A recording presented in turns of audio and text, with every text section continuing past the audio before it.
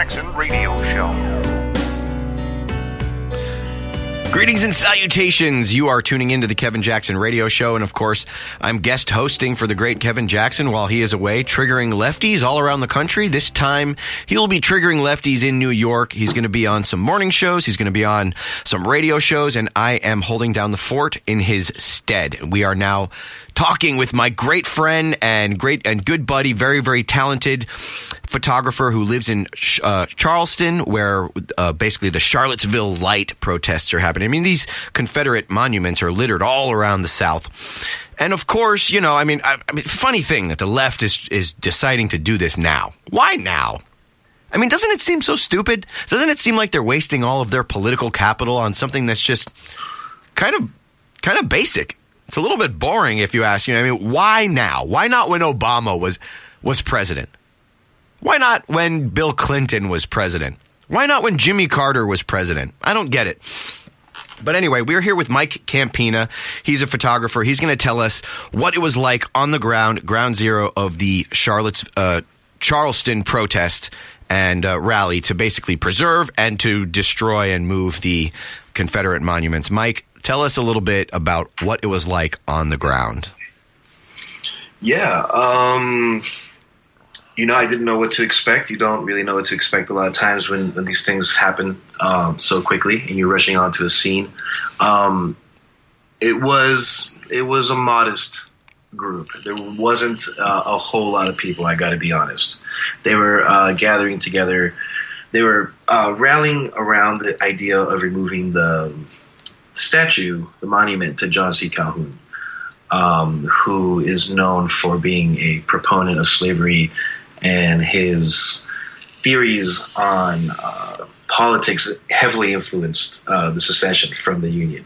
And so what I saw would look like more like a few dozen local students, known activists in the city, coming together and kind of rallying around the statue, calling for the removal of the Heritage Act, which, if I'm not mistaken, they have to repeal that to get an open discourse on actually taking the statues down. So there are some legals that they have to go through before they can take these statues down, not like the way some of them have been ripped to the ground. Right. And so that's one thing about Charleston that's very commendable, is that, you know, I do find that it's a city that respects itself and wants to do things the right way as much as it can. The opposition to this, I guess what some would call the left, was a much smaller group, actually. There were about two guys. Two guys. Before you go on, how many people were on the white nationalist side, the Nazis in the party? I would say there was 50 plus. 50 plus Nazis. 50 plus. Wow. This is an amazing, catastrophic, amazing, incredible number. I mean. Oh, wait. Hold on. No. I mean, are you talking about the people who were defending the monuments? Oh yeah, no. There was only like 2 or 3 guys in the crowd, and then there was probably like maybe 5 or 6 off in the distance, kind of dressed in some military fatigue, you know, looking a little intimidating, or maybe that's just how they dress every day. But all right, yeah, that's good. But the way the left makes it seem is that like the South is swarming with these rabid racists that just want to string up. They want to bring back lynching. They want to bring back, you know, segregation. They want to bring back Jim Crow. And, oh my God, some of them even want to bring back slavery. And that not just that there are these radical people there, but that the South is swarming with them. And then they're so rabid that they're all going to show up to these rallies to, you know, like, was that really the case? Is it really the case that Charleston is this awful, terrible, racist place? Or, I mean, did it seem like there were other motives other than racism, I guess is what I'm getting at? No, I mean, I don't see a lot of it. I mean, I know that if you ask a black American who's been living here their whole life, they probably have plenty to tell.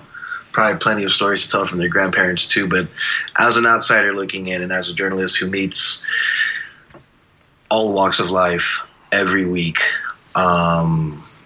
there is a kind of like a a sour note in the air, between the races, but nothing any different than I experienced growing up in Miami. I mean, it's a national shame. Right. That we have. So essentially breaking it down, what you're saying is that growing up in multicultural sanctuary city Miami, you didn't really experience more or less racism than in the deep South, Charleston, South Carolina, the home of slavery, Jim Crow, and all the stuff that we hate.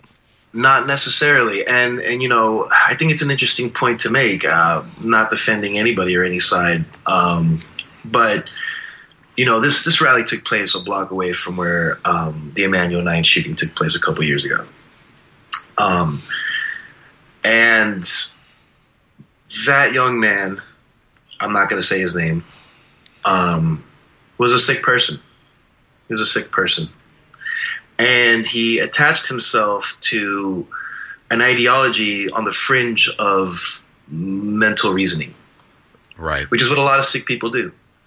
And I saw the Vice clip that was shot in Charlottesville, and it was very telling, and it was an amazing piece of documentation. And it was very shameful to see these young white men being so open about, their ignorance. They were trying to be intimidating, I think, in some ways. But the guy who killed that young woman was mentally ill. Right. He was mentally ill. And he attached himself to fringe ideas to satisfy his murderous thirst, really. Right.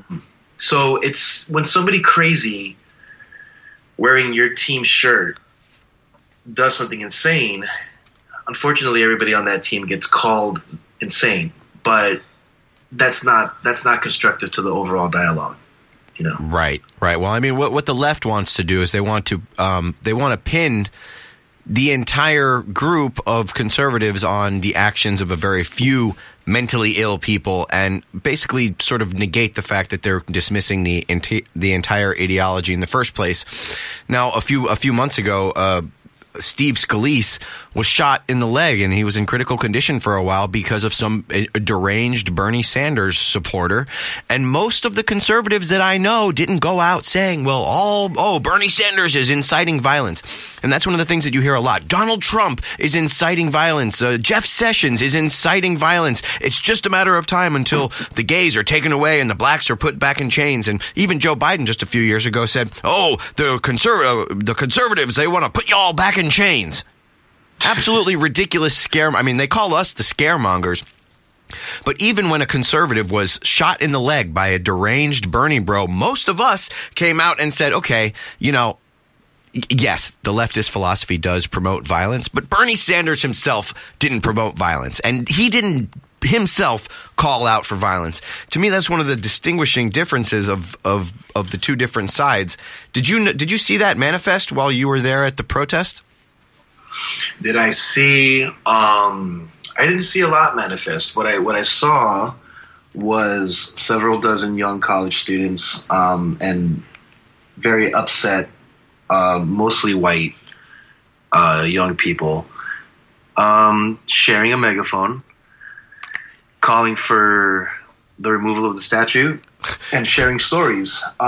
This went on for about an hour and a half. And finally, the 2 or 3 guys from the secessionist party who were wearing their rebel flag shirts, one of them says something to the effect of, like, I'm a proud descendant of a Southern hero or something like that. I don't know, the kind of stuff you buy in a gift shop, just really just silly stuff. And, like, yeah.